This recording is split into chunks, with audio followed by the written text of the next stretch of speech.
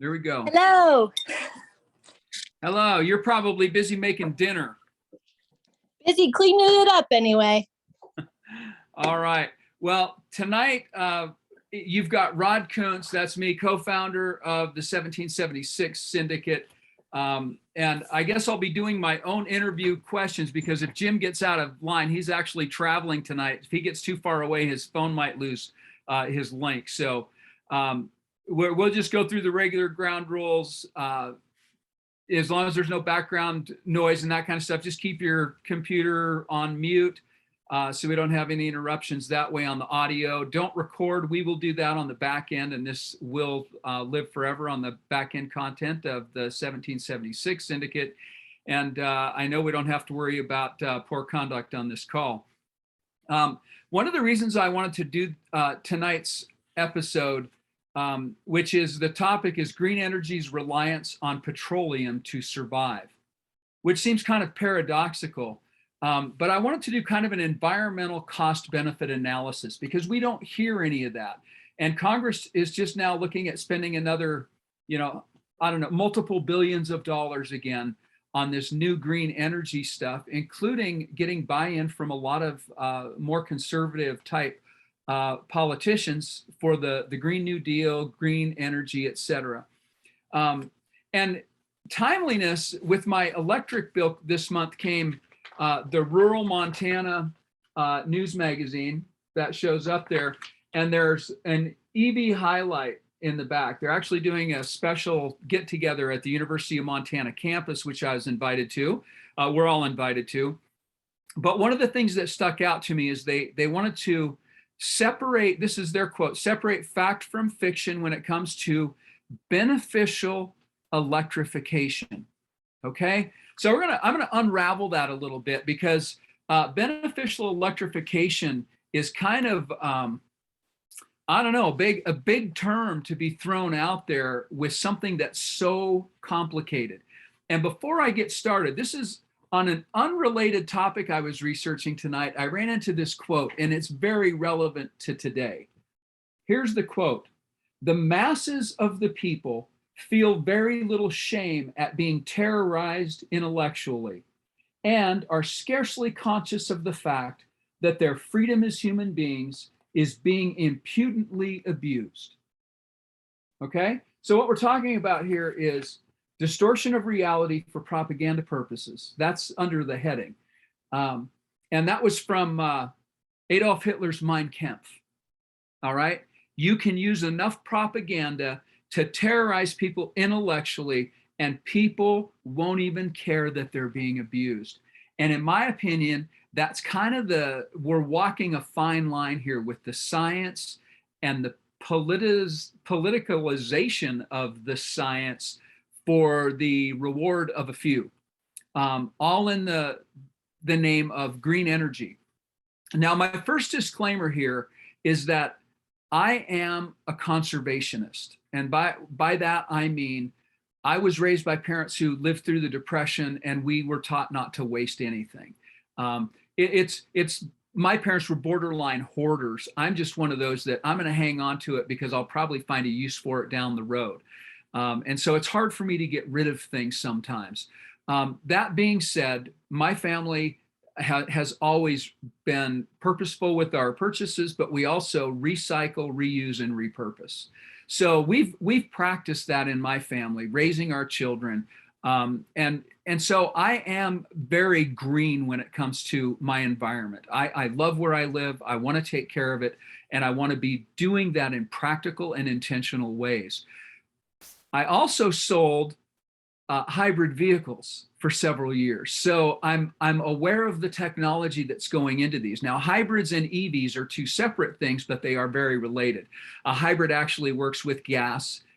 It's hybrid. It's two things. It's gas and it's electric. So it's got a large storage battery for the electric motor, and it's got a gas motor backup. Okay, so I'm familiar with both technologies and how they come together and how they work. But what the green new energy is really pushing, and the direction forward from the political end of things, and that means the tax breaks, the tax incentives and stuff are going to drive where we go. Literally, they will drive what we drive. Okay. So that is all going to be in EV, not hybrid technology anymore. It's going to be going toward electrical vehicles only. So we're going to talk about that real quick. I watched a video just a while ago. General Motors unveiled a brand new electric vehicle, and the spokesperson for Chevrolet pulled the electrical charger, the charge cord out of the wall and said, "Here's our new car." And one of the journalists there said, "Well, where does the power come from?" And she said, "Well, it comes from the battery. It's the new batteries, and this will go 300 miles." He said, No. Where did the power come from to charge the battery?" And she said, "Well, I don't know. I assume it came from the local, cooperative, which probably was natural gas or something." And then the owner of the facility had to step in and correct her and say, "Well, actually, it came from this particular source, the grid that we're plugged into, and it's coal powered." Okay. And so there's your first paradox, right? A battery. So we're going to talk about batteries for just a second. A battery is a storage facility for energy production. It is not a source of energy. It is a storage. It's just like a fuel tank on a car, but instead of putting gas in it, you're putting power in it. And that power comes from somewhere else, just like gas comes from somewhere else, right? So we have to acknowledge that fact. And people are not acknowledging that fact. So if you really want to be an electric vehicle and you want to push that agenda, then you have to say, okay, I'm only going to get my power from solar or wind, right? Or I guess you could go hydro, but that's really the only green you can do. And even hydro, with the concrete and construction and everything else you're looking at, that's not an environmentally sound proposition either. So, and as we unravel this today, you're going to see that solar and wind are far from being energy or petroleum independent. They are so intertwined, they cannot exist without it. So we're going to go back to the battery. Einstein's formula, E equals mc squared, right, tells us that it takes the same amount of energy to move a 5,000-pound gasoline-driven automobile 1 mile as it does to move an electric one 1 mile. Okay, so energy cannot be created nor destroyed. This is a fact. This is the science, and you can't change that. So what that means are we've got to look at our batteries. What is this battery storage system coming from? So first, we're going to do a quick breakdown of batteries. There are two types of batteries. You got rechargeable and you got single use. Single use, we all use, double A's, triple A's, C's, D's, lantern valve, 9 volts for lanterns, etc. They are dry cell, and they use zinc, manganese, lithium, silver oxide, or zinc and carbon to store electricity chemically. Okay, so we're using a lot of minerals to make a chemical reaction to store electricity. They're also very toxic, and they're heavy metals. So that's when batteries start oozing. You see that in old flashlights or something. If you've left something in long enough, that is toxic material. Now here's the other thing: those batteries, even when they run out of charge, they always are losing more charge. There's always some of that chemical charge left in there that oozes out in the environment. And to my knowledge, California is the only state that actually mandates, I don't know how they can police it, but they mandate that you have to recycle your batteries, not recycle them, but they have to be disposed of properly. They're supposed to turn them in as opposed to throwing them in the trash. But they're all self-discharging. It's eventually going to end up in a landfill somewhere. So that toxic material will go back to the earth somewhere, somehow, at some time. Okay, no matter who's taking it and doing something with it. So there are also wet cell batteries. That's what you find in automobiles and boats and motorcycles and that sort of thing, where you used to have little acid caps that you could actually put more battery acid in, or water even, to help get that charge back up. And the good news about that, because they're lead based, most of those are recycled. Okay. Now, EV batteries, this is electric vehicle batteries. We're going to look at this real quick. Well, maybe not real quick. It's a weighty matter. Those batteries are, about the size of a travel trunk. I don't know if any of you on this call now or in the future have ever seen a battery pack on an electric vehicle or a hybrid. They are compact, they are solid, they are heavy. They're not a one-man job, one-woman job. We're talking lifts, hydraulic lifts. You're going to need assist. What it takes to make one of those, and this is substantial: 25 pounds of lithium, 60 pounds of nickel, 44 pounds of manganese, 30 pounds of cobalt, 200 pounds of copper, and 400 pounds of aluminum, steel, and plastic. And inside that, all that stuff are 6,000 individual lithium ion cells, okay? Now, to manufacture each one of those batteries, okay, with those amounts of minerals, you have to process 25,000 pounds of brine for the lithium, 30,000 pounds of ore for the cobalt, 5,000 pounds of ore for the nickel, 25,000 pounds of ore for the copper, and all told, you've dug up 500,000 pounds of the Earth's crust to make one battery. Okay, now let's take it a step back further in time. The machine required to move 500 tons of earth, which will be used to refine one lithium car battery, burns 900 to 1,000 gallons of fuel in a 12-hour shift. Okay? 900 to 1,000 gallons of fuel in a 12-hour shift. All right? That's to dig up the ore to manufacture that battery. Okay? Lithium is refined from using sulfuric acid. Now you can look this up online, the Thacker Pass in Nevada. They're proposing a lithium mine there. They found lithium. It's 25 miles from the Oregon border. And it's estimated that it will require 75 semi-loads of sulfuric acid a day to process the lithium they want out of that mine. Okay, and is this environmentally sound for us? Is this green? I'm asking the question, okay? So let's take a look at solar for a minute.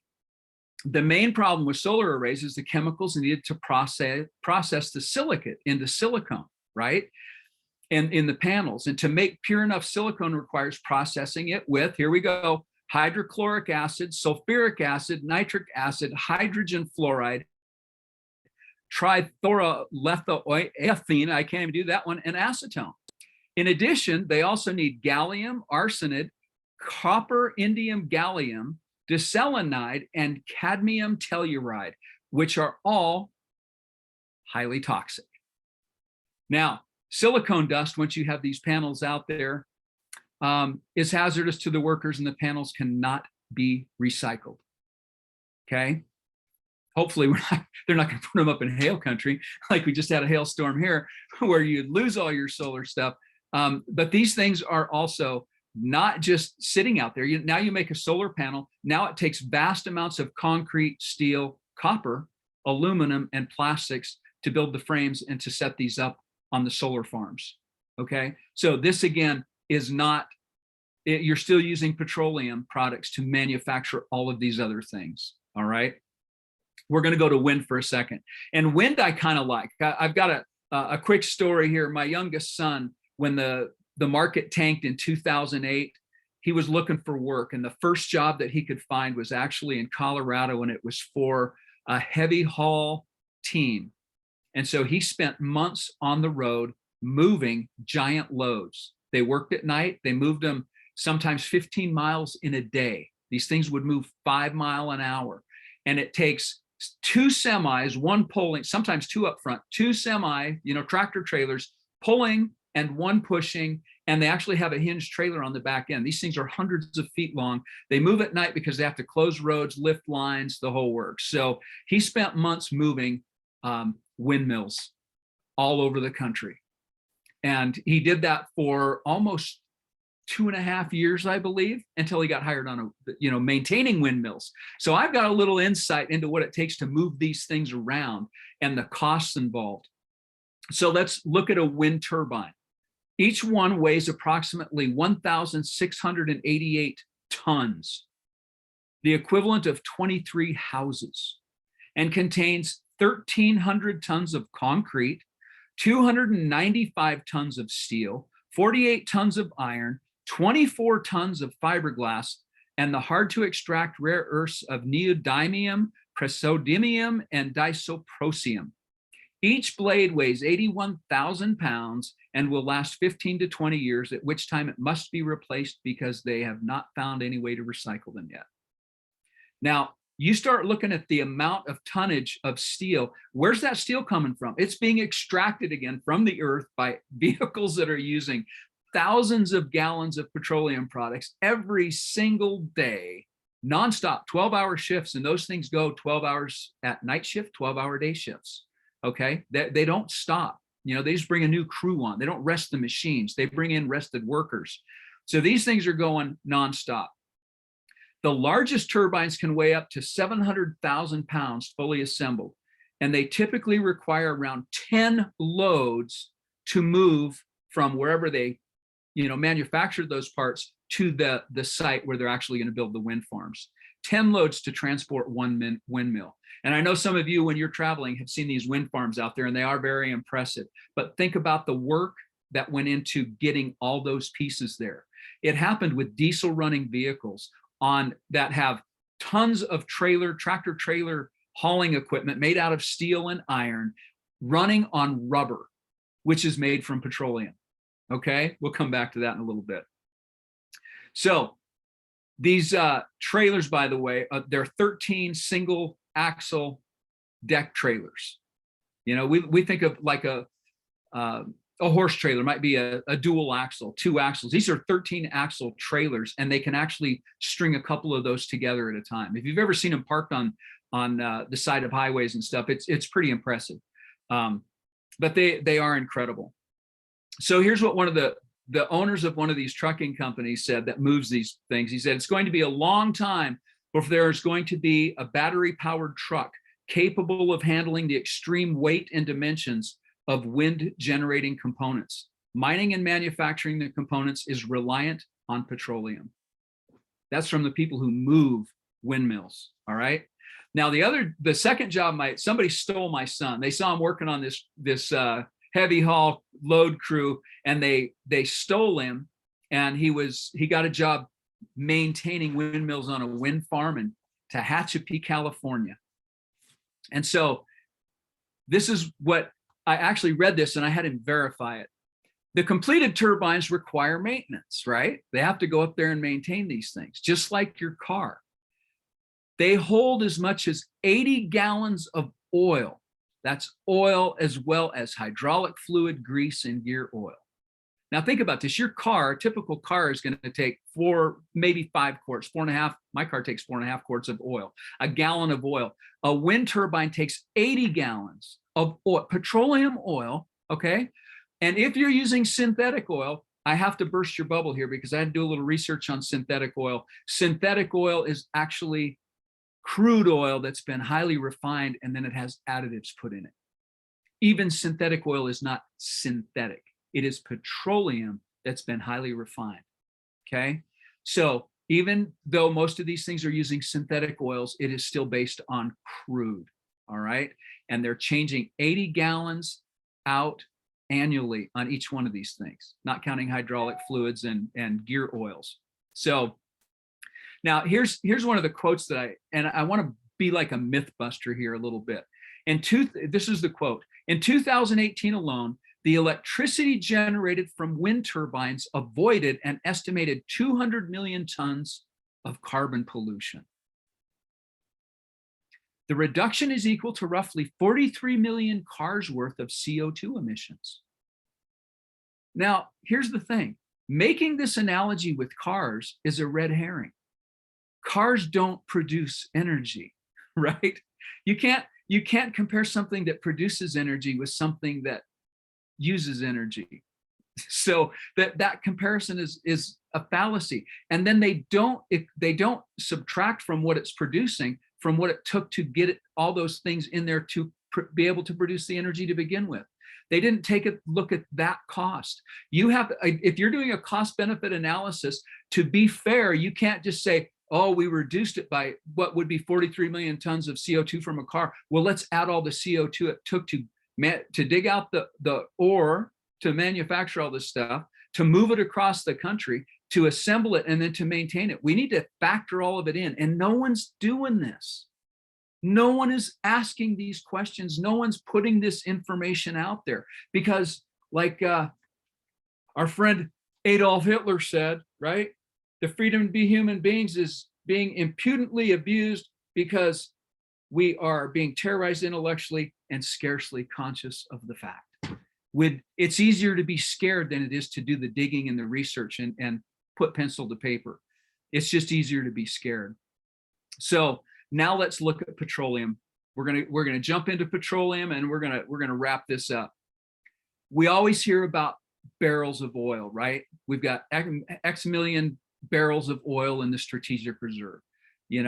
We've got oil's at such and such a barrel today. We're buying so many barrels, millions of barrels from Saudi Arabia, or we're getting it. We would have got it from the XL pipeline. How many billions and millions of gallons of barrels, right?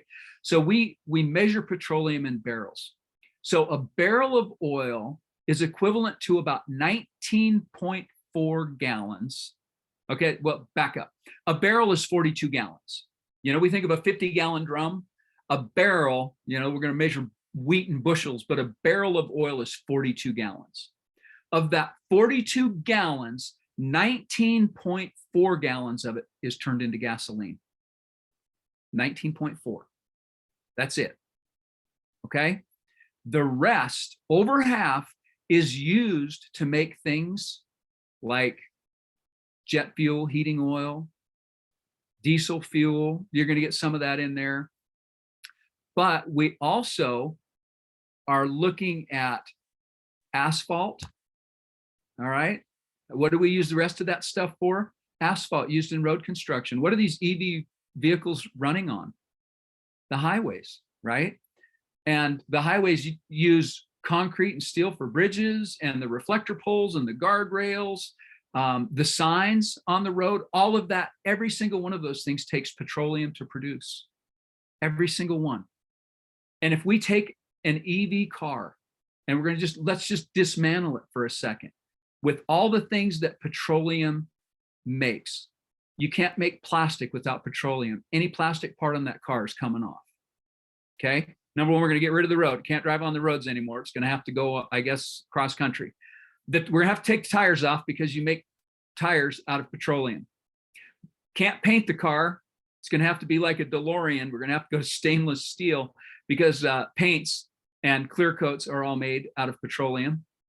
All the artificial fibers in the upholstery and the carpeting are made out of petroleum. We're going to have to get rid of that. All the rubber door seals are going to have to come off because those are made out of petroleum. The bearings, the grease, they still have functioning parts. They still have axles and all that stuff. All those lubricants are petroleum. The dashboard, that's made out of plastic. The casings for the battery itself. The filters, all the synthetic rubbers, the speakers. By the way, you're gonna have to get rid of the sound system because the speakers, are made out of petroleum products. Those wheels are metal. The fan belts, glass needs petroleum. They need, natural gas or petroleum products to make glass and to transport it. And get this, this is my final one right here.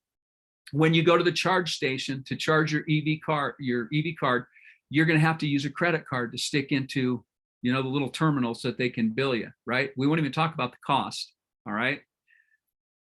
You can't make a credit card without petroleum products. Credit cards, plastic, are made out of petroleum products. It's all tied to petroleum. You cannot get away from it. And then, again, we talked about the metals. An EV car has a metal frame, steel frames, the brakes, brake pads, all those things, still has a transmission, metal parts. All of those things require petroleum, not only to extract and manufacture, but to ship, the parts, all that stuff. We are being deceived, is what I'm telling you. We've got the hood pulled over our eyes and we all want to do it for a good cause. Mother Earth and green and for our future and all that kind of stuff. Man-made emissions from everything we've done.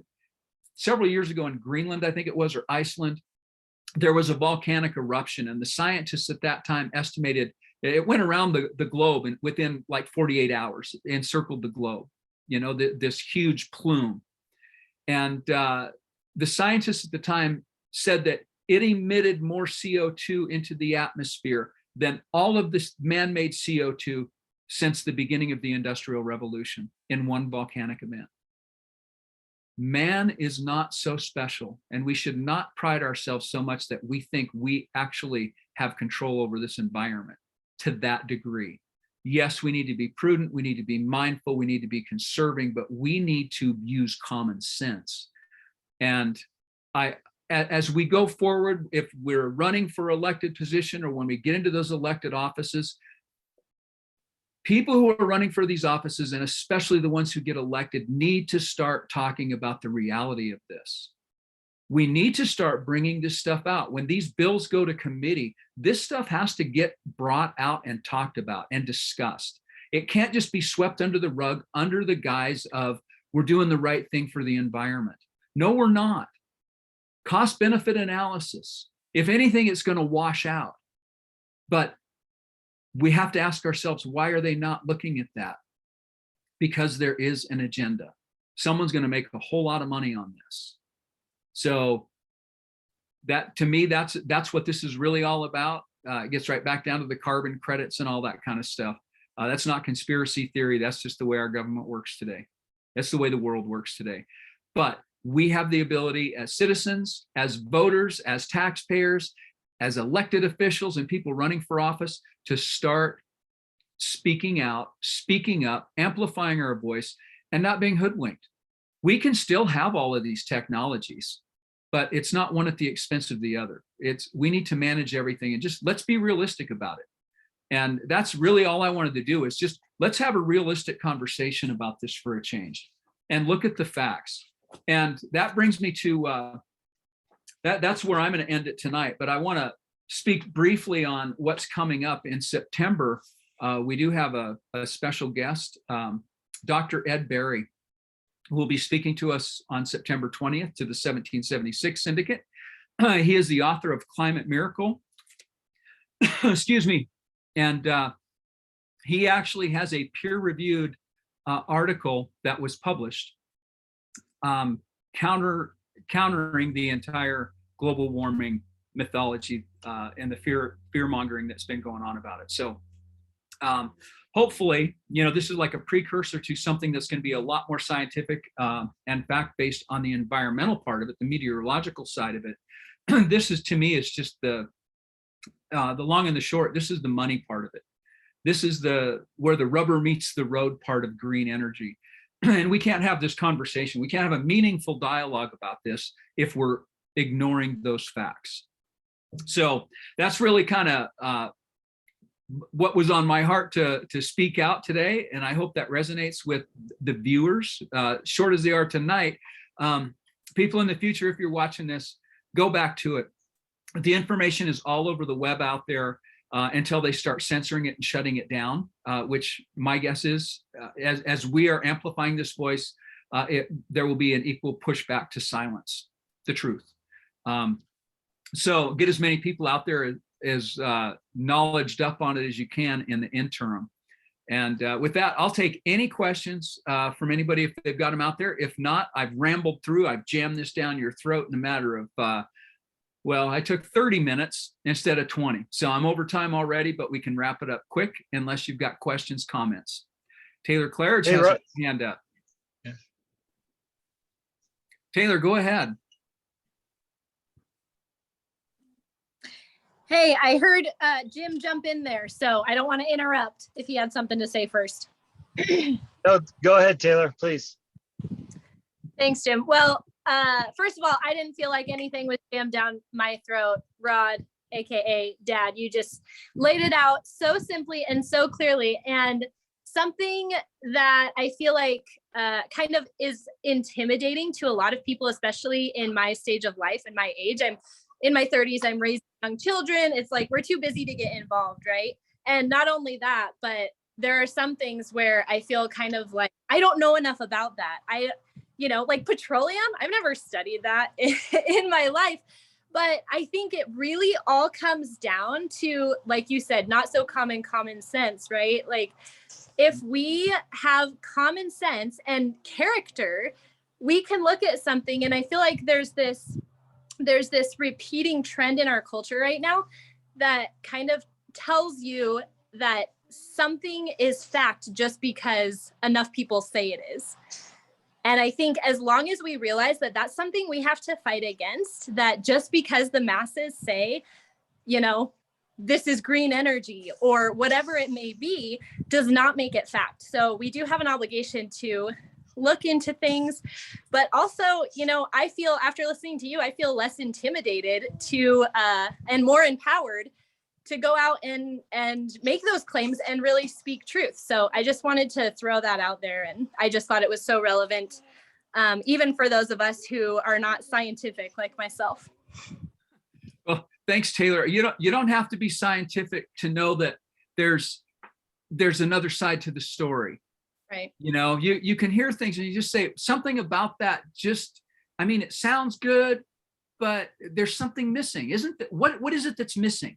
And when we search for the what's missing, that's when we start getting the real data. That's when we get the other side of the story. You know, Paul Harvey was a radio man, and he always used to say, and now you've heard the rest of the story. Well, this is the rest of the story.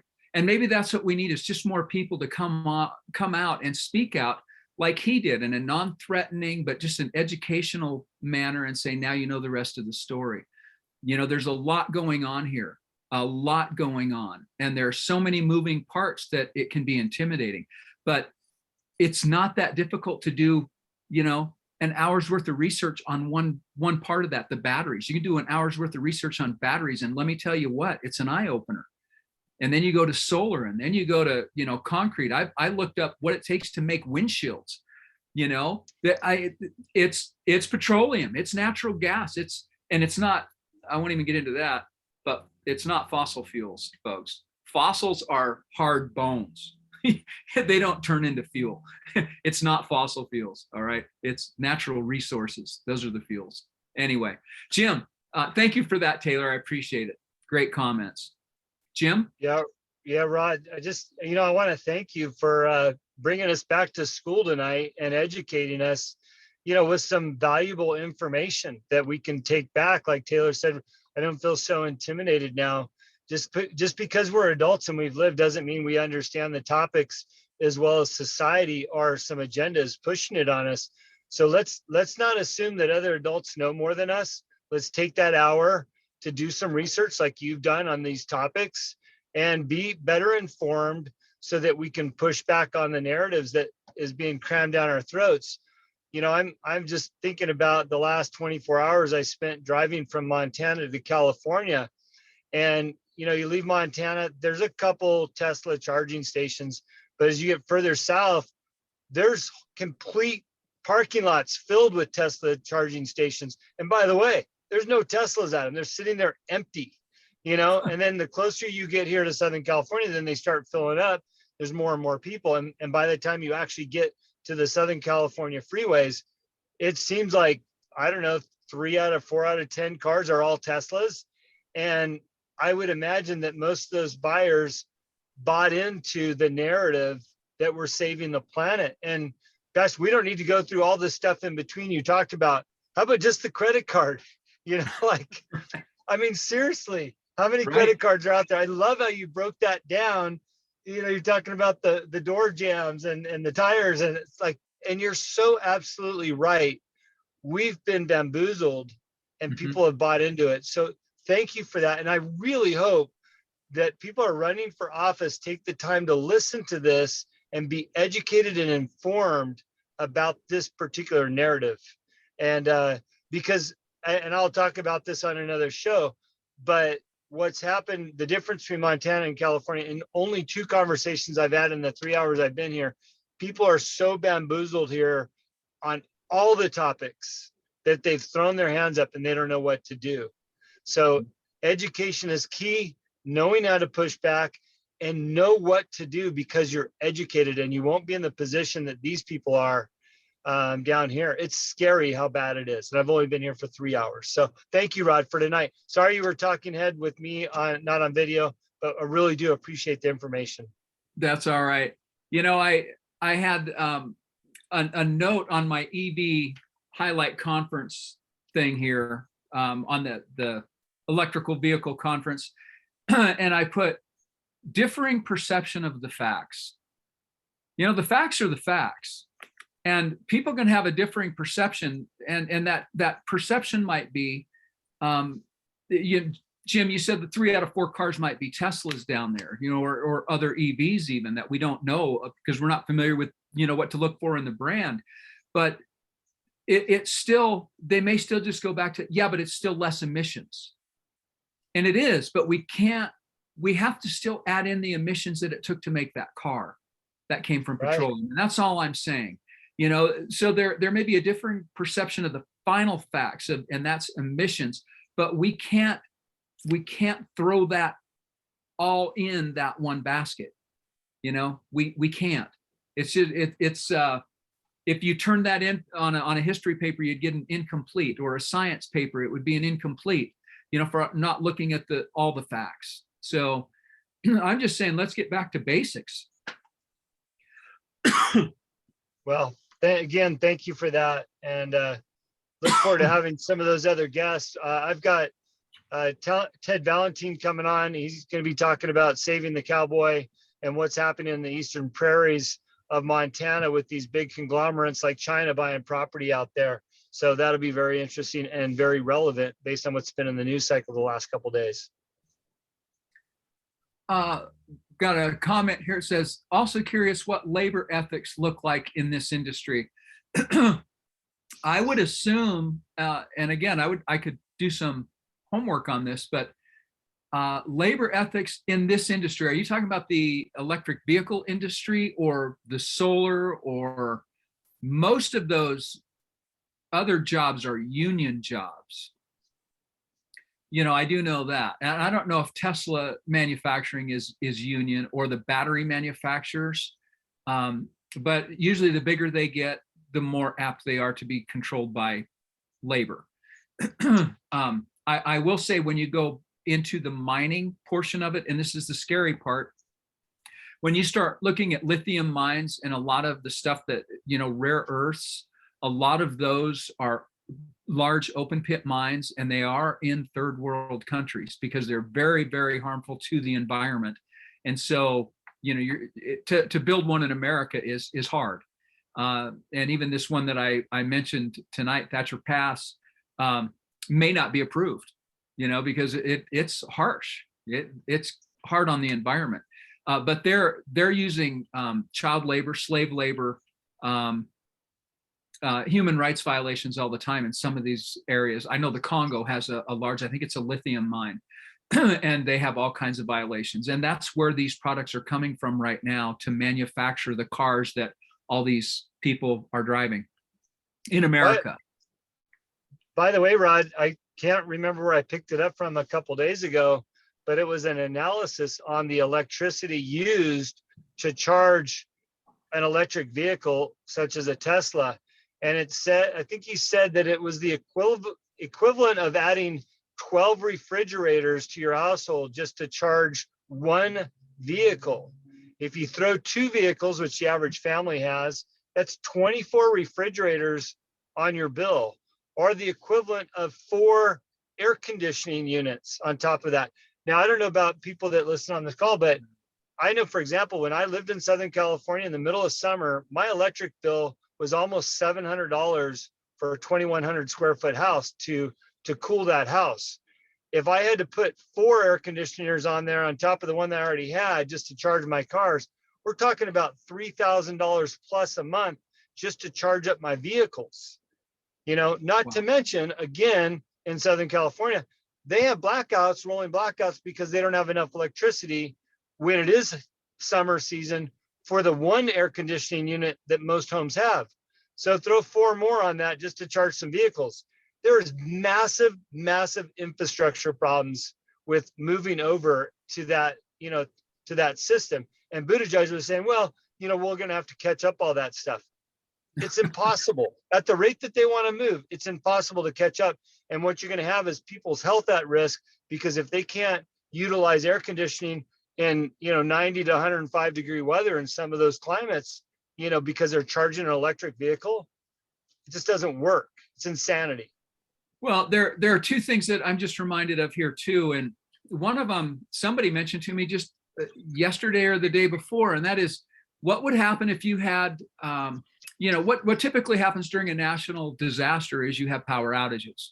Whether it's a hurricane or major flooding, it's taking out substations, et cetera. You're losing power. So now you're going to have, let's say you have a large area that's going to be affected by a hurricane and everyone has to evacuate and there's a power outage. All right. And now you're going to have a whole bunch of EV cars stranded, blocking the major exits out of these areas. If in a natural disaster, an emergency where they're doing evacuations, people in EVs are going to cause pileups and clogging the roadways. I mean, I can see all kinds of negative consequences to the EV thing. The other thing that comes to mind is when you have rolling blackouts, like in California, when you have populations, especially if they're in industrial areas or even service areas, service industries, and I'm thinking California being, our largest produce producer for the Americas, right? We've got the bread basket, but we've got the vegetable basket over in California. And what are you going to do when you disrupt that supply chain? When those workers can't make it to work because they can't charge their vehicle? What happens then? Now we've disrupted the entire supply chain for a food source for our country. The ramifications of this, if we get so reliant on this technology, this has ramifications of shutting society down just the way COVID did. Everyone will be at home for the first 2 weeks until they get the power back on. And what's going to happen in that 2 weeks? You know how hard it is to start facilities back up again, to get people back into the work cycle, to get kids back to school. This is a disaster of social proportions waiting to happen to save the environment. Anyhow. I think I'm gonna go get in my gas vehicle and go burn some miles right now. Thank you for that, Rod. Thank you for tonight. Thank you very much. Let's get off this call. Anyway, lots to think about. Email if you've got comments or questions. Anybody listening to this at a future date, we're all ears. Thank you again. Good night.